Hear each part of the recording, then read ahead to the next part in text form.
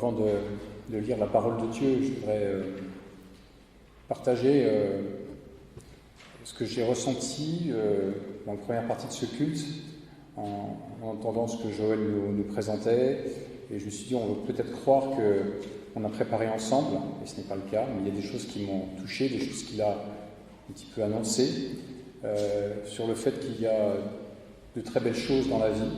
On dit la vie est belle, et en même temps, il y a des épreuves, des choses qu'on ne comprend pas, des frustrations, des difficultés, des guerres.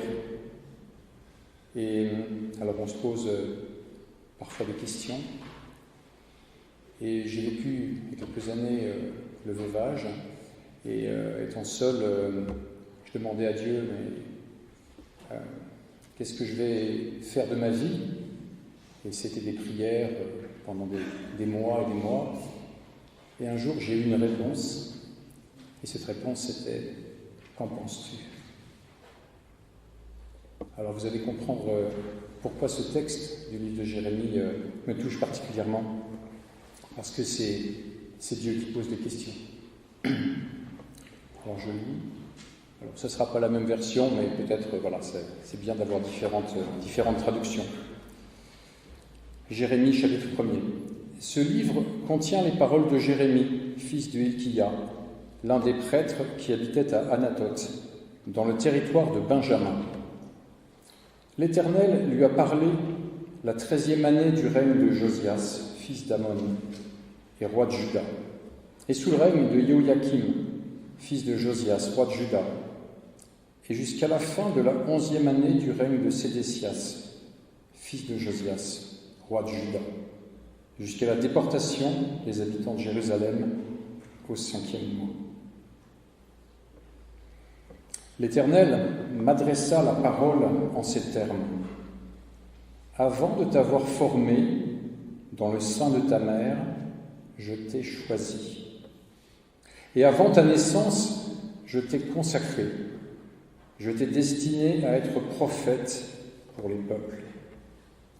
Je répondis, hélas, Seigneur éternel, je ne sais pas m'exprimer car je suis un adolescent. Mais l'Éternel me répondit, ne dis pas, je suis un adolescent. Tu iras trouver tous ceux auprès de qui je t'enverrai et tu leur diras tout ce que je t'ordonnerai. N'aie pas peur de ces gens, car je suis avec toi pour te délivrer. L'Éternel le déclare.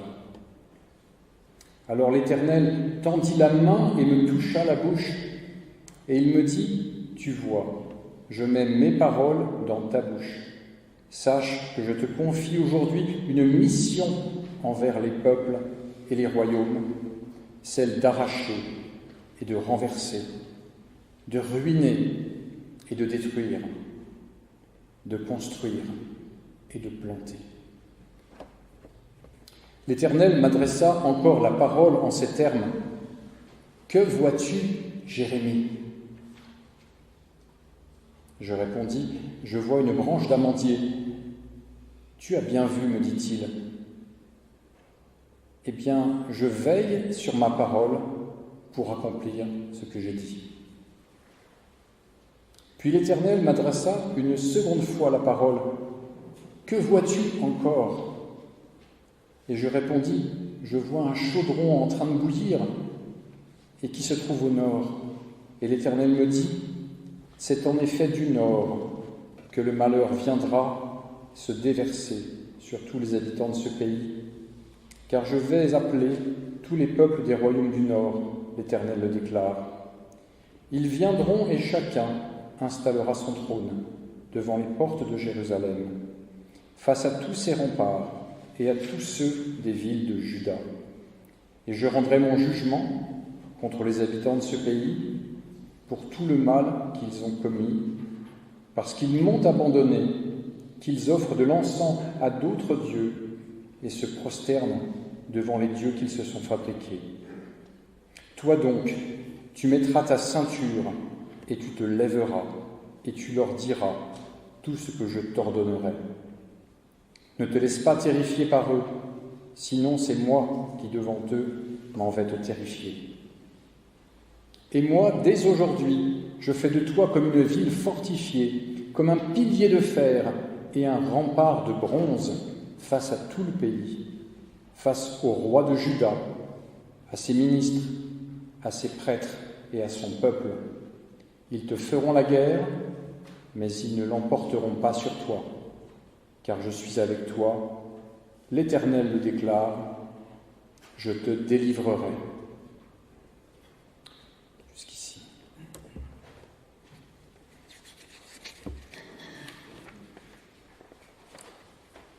Alors tout d'abord, on peut voir que le texte contient plusieurs parties. Il y a d'abord les 3 premiers versets. C'est une introduction à tout le livre de ce prophète Jérémie. Et puis ensuite, ça passe à la première personne. L'Éternel m'a parlé. C'est Jérémie qui raconte. Il y a d'abord cet appel de Dieu qu'il appelle à être un prophète pour tous les peuples. Et puis ensuite, il y a 2 visions. Et Dieu demande à Jérémie, que vois-tu ?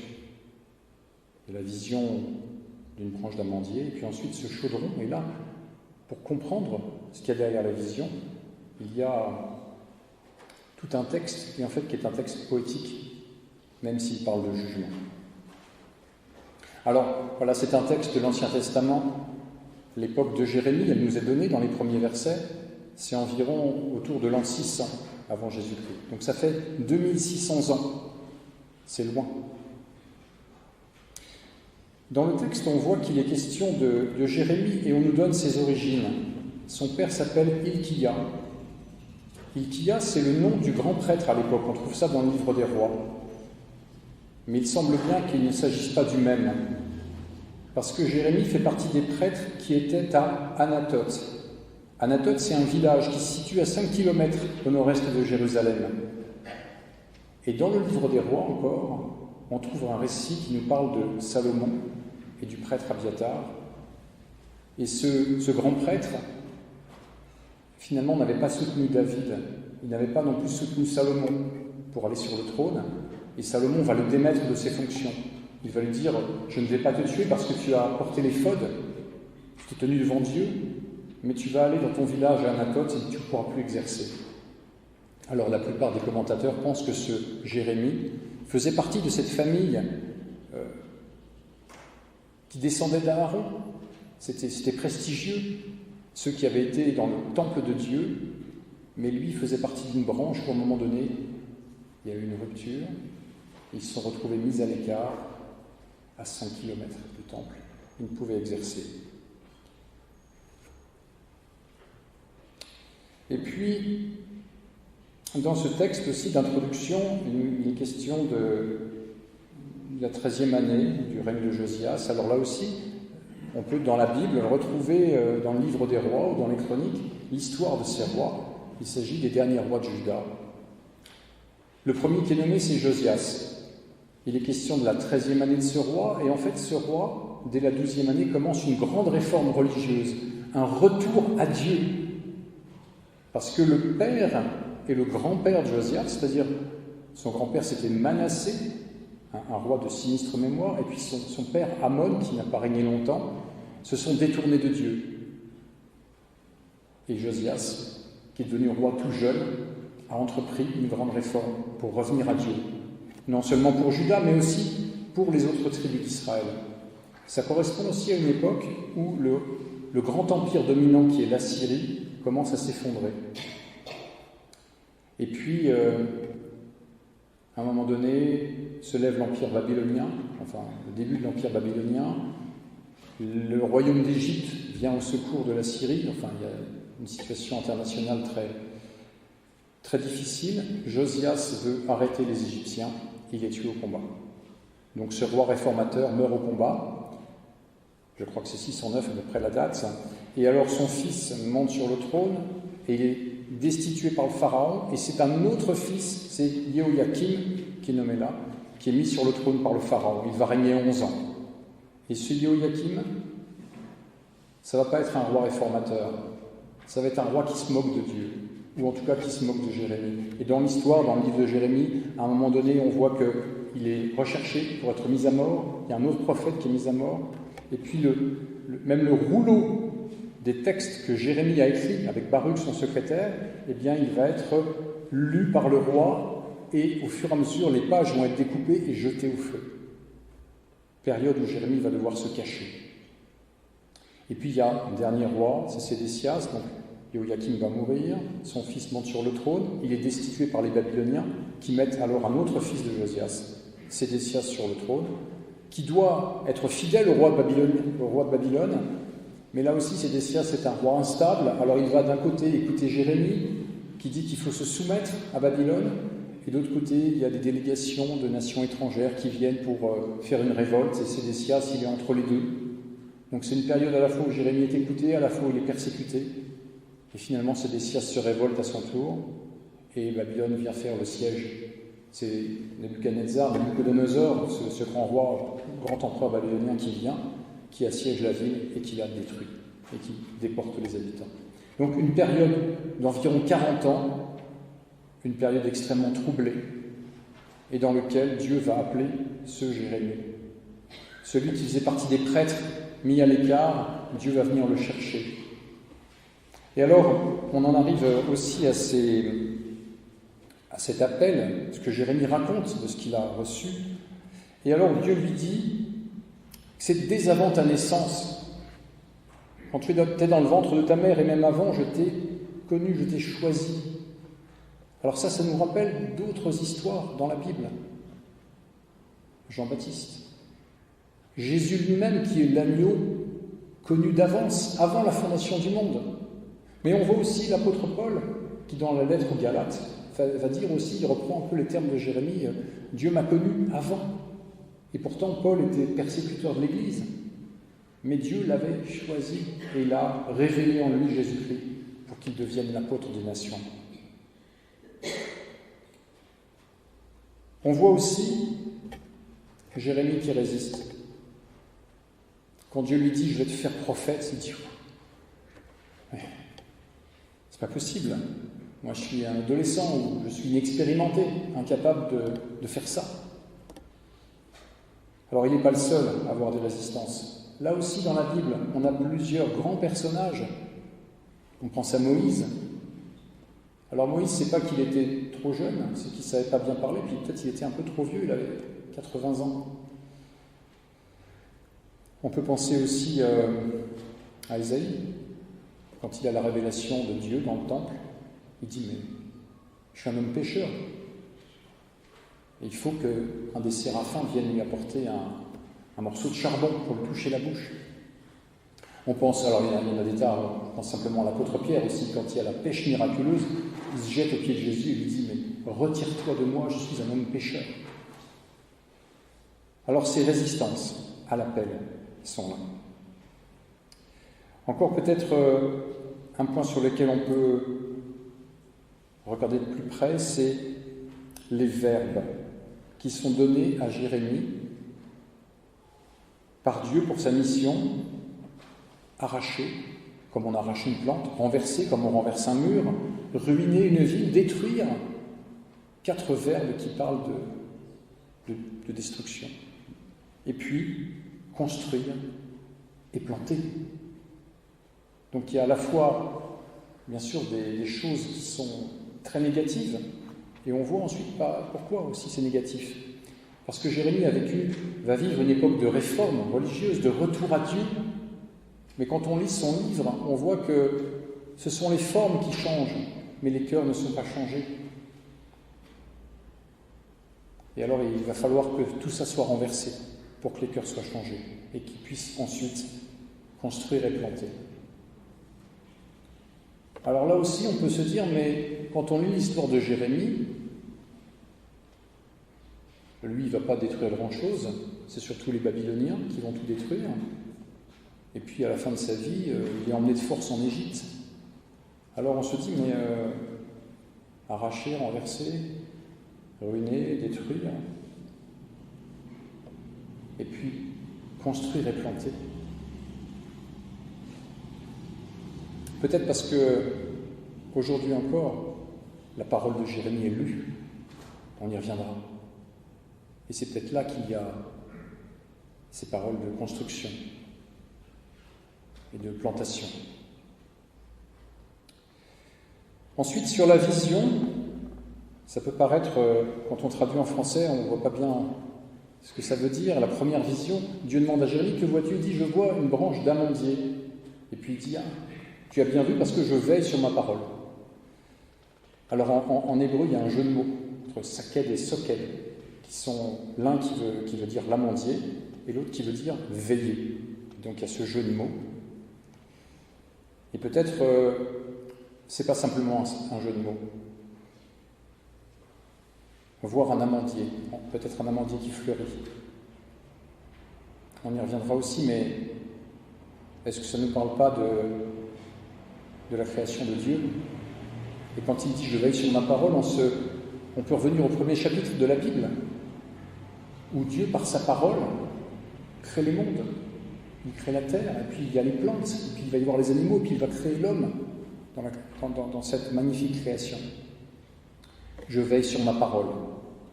Et à l'époque de Jérémie, il y a déjà eu aussi Israël en Égypte, libéré de l'Égypte, et puis les promesses de Dieu. Et on peut prendre tout cet ensemble, la création, le salut, la rédemption, et bien Dieu veille sur tout cela. Alors c'est très court, c'est juste un mot, je veille sur ma parole. Et c'est une invitation à aller replonger dans cette parole. Et puis la deuxième vision, elle est peut-être un peu mystérieuse aussi. Jérémie voit un chaudron, et puis une sorte de marmite qui est en train de bouillir, qui fume, et qui vient du nord. Et puis là, Dieu va dire, eh bien, voilà, va ensuite dire que l'invasion va venir du nord. Alors, on ne sait pas encore dans ce texte qu'il s'agit des Babyloniens, mais voilà, il va y avoir une grande épreuve pour ce peuple. Et Dieu va donner son jugement. C'est parce que le mal est commis qu'il va y avoir ces rois qui vont venir aux portes de Jérusalem pour détruire la ville. Et Dieu fait une promesse à Jérémie aussi, il lui dit, mais toi, tu vas être en lutte, mais je vais faire de toi, alors il donne des termes très beaux, un pilier de fer, un rempart de bronze, une ville fortifiée, et tu résisteras. Et alors là aussi, l'ennemi, pour Jérémie, ça ne va pas être les Babyloniens, ça va être au sein de son propre peuple, c'est terrible, ça va être les rois de Juda, les ministres, les prêtres, tout le peuple. Et il lui dit, ils feront la guerre, mais ils ne pourront pas l'emporter, parce que je suis avec toi. Joël nous l'a dit tout à l'heure, le Seigneur est avec nous, comme le Seigneur a été avec Jérémie. Et il dit, je te délivrerai. Là aussi ce verbe, je te délivrerai, c'est la même chose que quand Dieu parle à Moïse et dit, je vais délivrer mon peuple qui est en Égypte. Délivrance pour Jérémie, qui lui est dans le pays, mais au milieu d'un peuple qui ne veut plus de Dieu. Et là, un détail, je pense, significatif, c'est que toute cette partie qui est assez longue, où Dieu parle de ce que représente ce chaudron, toute cette partie, c'est en fait sous une forme poétique.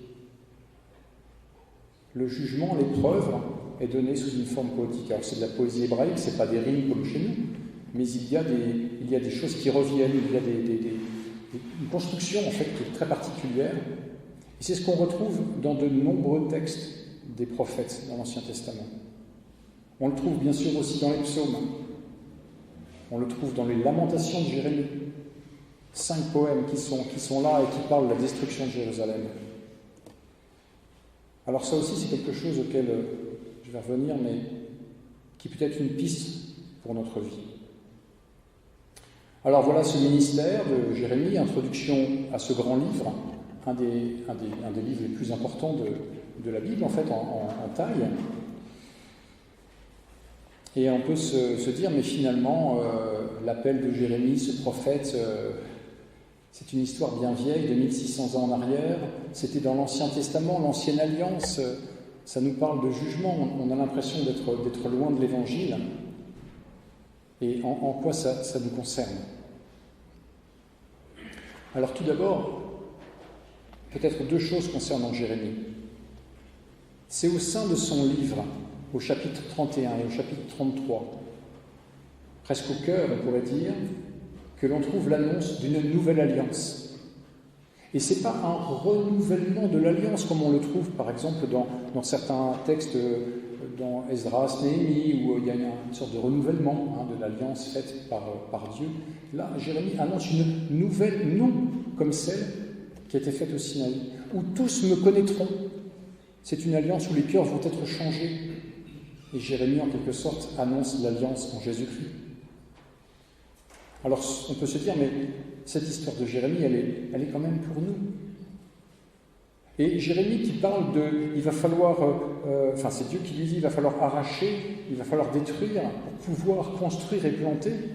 Il va falloir passer de cet ancien état, cette ancienne alliance, ces cœurs peut-être mauvais, pour être renouvelés et à connaître le Seigneur. Et puis encore, vous savez, quand Jésus se trouve avec ses disciples, je crois que c'est à Césarée, où ils sont en promenade, et à un moment donné, le Seigneur leur dit, mais que disent les hommes à mon sujet? Qu'est-ce qu'ils disent? Qui je suis? Et les disciples répondent, mais Jérémie ou l'un des prophètes. Alors, on peut se dire, mais certaines personnes, quand ils ont vu Jésus, ils se sont dit, c'est Jérémie. Alors, bien sûr, ce n'était pas Jérémie, mais on peut se dire, voilà, il y a quand même un intérêt à se pencher sur ces textes de Jérémie. Parole de Jérémie. C'est comme ça que commence ce livre. En hébreu, c'est dabar, et le terme, c'est pas simplement une parole, un mot qui est dit, ça peut être aussi la parole écrite. D'ailleurs, dans le livre de Jérémie, les choses sont écrites. Et il ne s'agit pas seulement de paroles, de mots, mais aussi, comme on dirait aujourd'hui, dans la communication, il y a le verbal et le non-verbal. Et bien là, c'est un peu cette idée qu'on trouve dans ce mot. C'est aussi les faits et gestes. Par moments, Jérémie va se taire pendant des années. Par moments, il va faire un certain nombre de choses. On pense au chapitre 32, où, alors que la ville est assiégée, alors qu'il annonce que tout va être détruit et que le peuple va être déporté, eh bien lui, il va aller acheter un champ. Un acte symbolique qui veut dire, mais il y aura un retour. Et vous voyez, cet acte, ce geste, fait partie des paroles. Alors, parole de Jérémie, et dans ce livre de Jérémie, c'est le livre de l'Ancien Testament où on trouve le plus de fois ce mot parole, plus de 200 fois. Et si on compare un texte assez grand aussi, Ésaïe par exemple, Ésaïe c'est moins de 50 fois, et là c'est plus de 200 fois. Et dans le texte qu'on a lu, on a parole de Jérémie, et puis ensuite il est question de l'Éternel m'adressa la parole de l'Éternel vint à moi. À 6 reprises on trouve ça. Et alors pour nous on peut se dire, mais c'est la parole de Jérémie, c'est l'histoire de cet homme avec une mission très particulière à une époque de la fin du royaume de Juda. Mais en même temps, cette parole de Jérémie, c'est parole du Seigneur, parole de l'Éternel, parole de Dieu. Et c'est un peu comme ça qu'on peut la recevoir. Et se dire, mais cette parole, elle est finalement pour moi, elle est pour nous.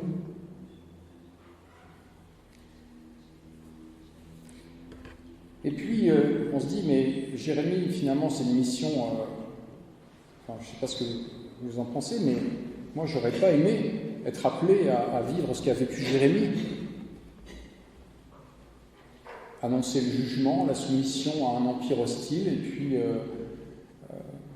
être dans la persécution et être compris de presque personne. C'est sa mission, prophète pour tous les peuples. Alors, comme je l'ai dit, l'apôtre Paul lui-même va reprendre un peu ces notions. Il va dire dans l'Épître aux Galates, moi qui étais un persécuteur, mais à la fois Dieu m'a connu avant ma naissance. Et il a révélé en moi Jésus-Christ, et je suis devenu un apôtre pour les nations. Et est-ce que nous ne sommes pas appelés, finalement, frères et sœurs, à être aussi prophète pour tous les peuples.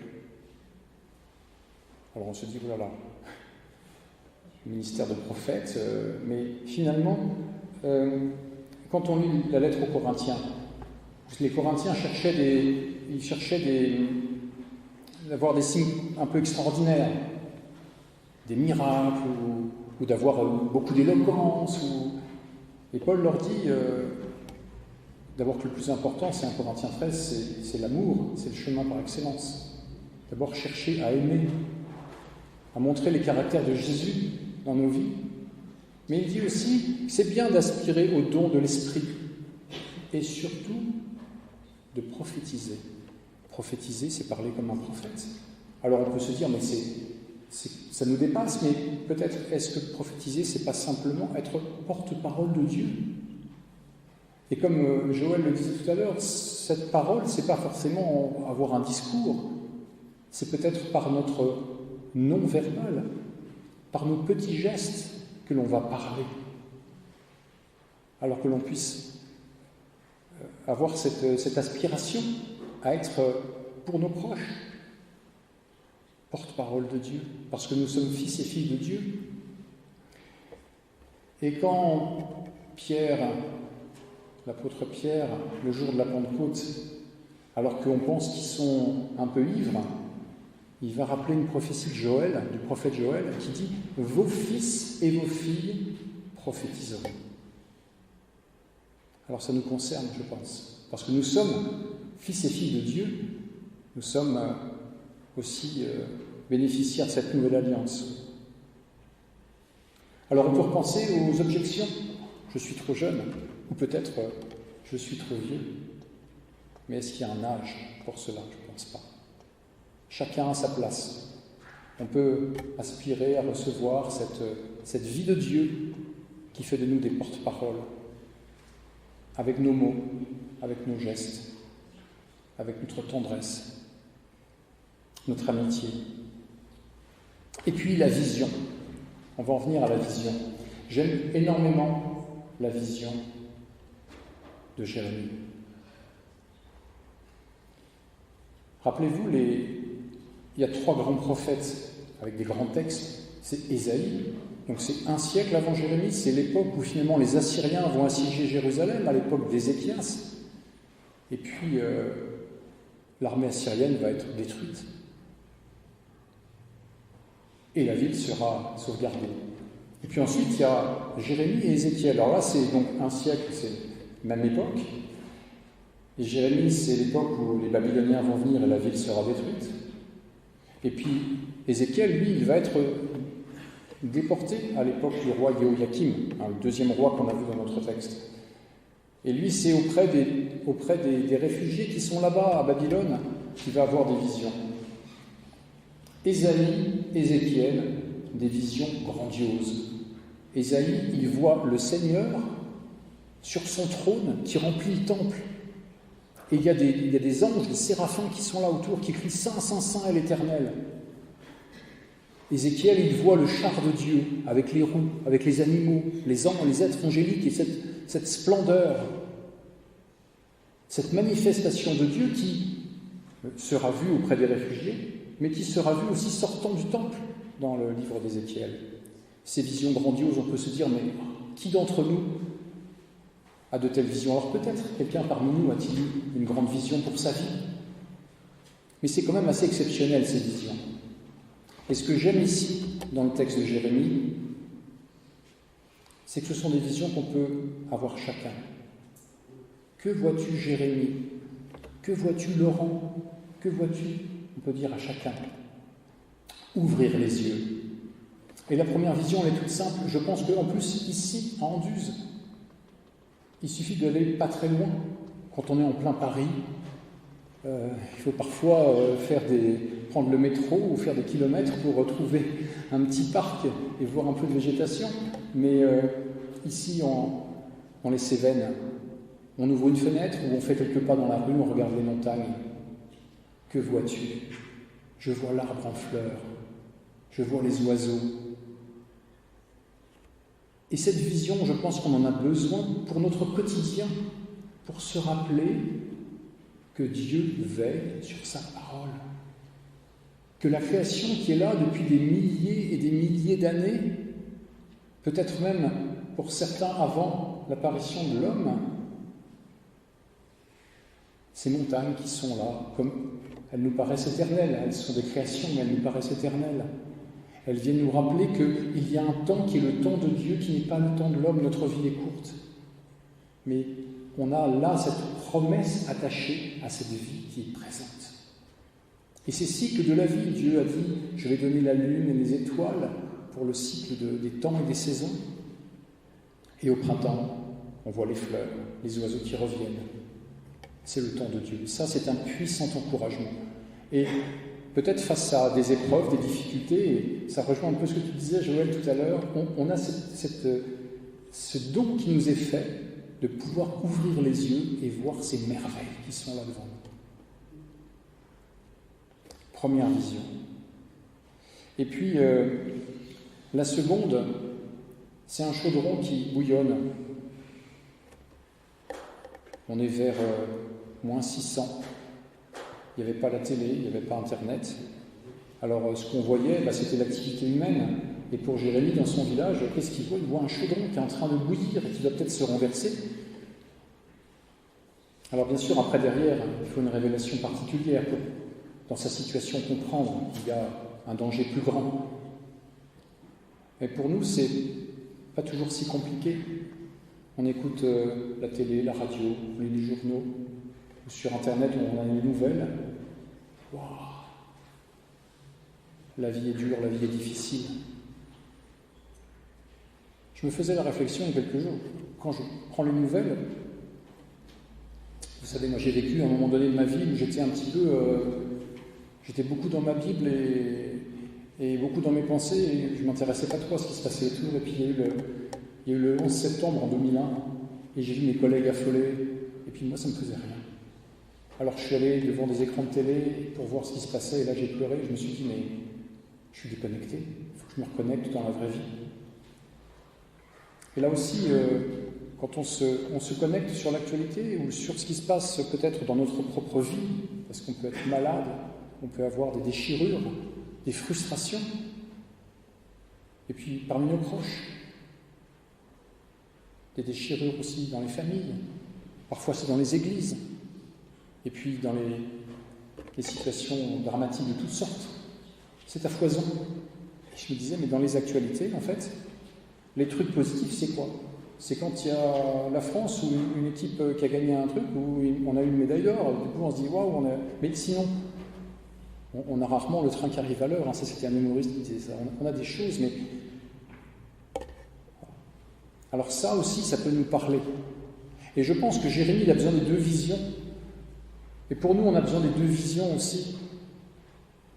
Puiser dans la beauté de ce que Dieu nous donne et être reconnaissant. Et avoir cette certitude, cette conviction que le Seigneur veille sur sa parole, sur ses promesses, et avec ça, on peut avancer. Mais de l'autre côté, ouvrir nos cœurs à ces malheurs qui se présentent et qui sont à foison, et selon les époques, il y en a toujours autant.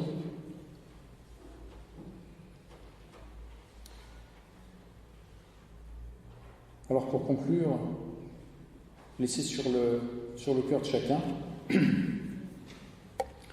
ces questions. Se rappelle que, en tant que fils et filles de Dieu aussi, on est appelé à être comme ses enfants, à être porteur de son amour, porteur de sa parole, porteur de ses gestes simples. Cette compassion, pensons à Jésus, qui voyait les malheurs autour de lui et qui savait répondre. Rappelons-nous qu'il y a le temps de Dieu, et puis il y a la vie des hommes, avec toutes ces difficultés, mais pour lesquelles nous pouvons avoir confiance aussi. Parce que le Seigneur dit, je te délivrerai, je suis avec toi. Et ça, c'est très, très, très, très précieux. Et puis peut-être aussi pour chacun, parce que Jérémie a reçu une mission, si on se met aussi à l'écoute, il peut y avoir aussi pour nous, dans le quotidien, peut-être pour des périodes de notre vie, une direction que le Seigneur nous donne. Et c'est encore vrai aussi pour chacun. alors que le Seigneur nous parle et nous encourage.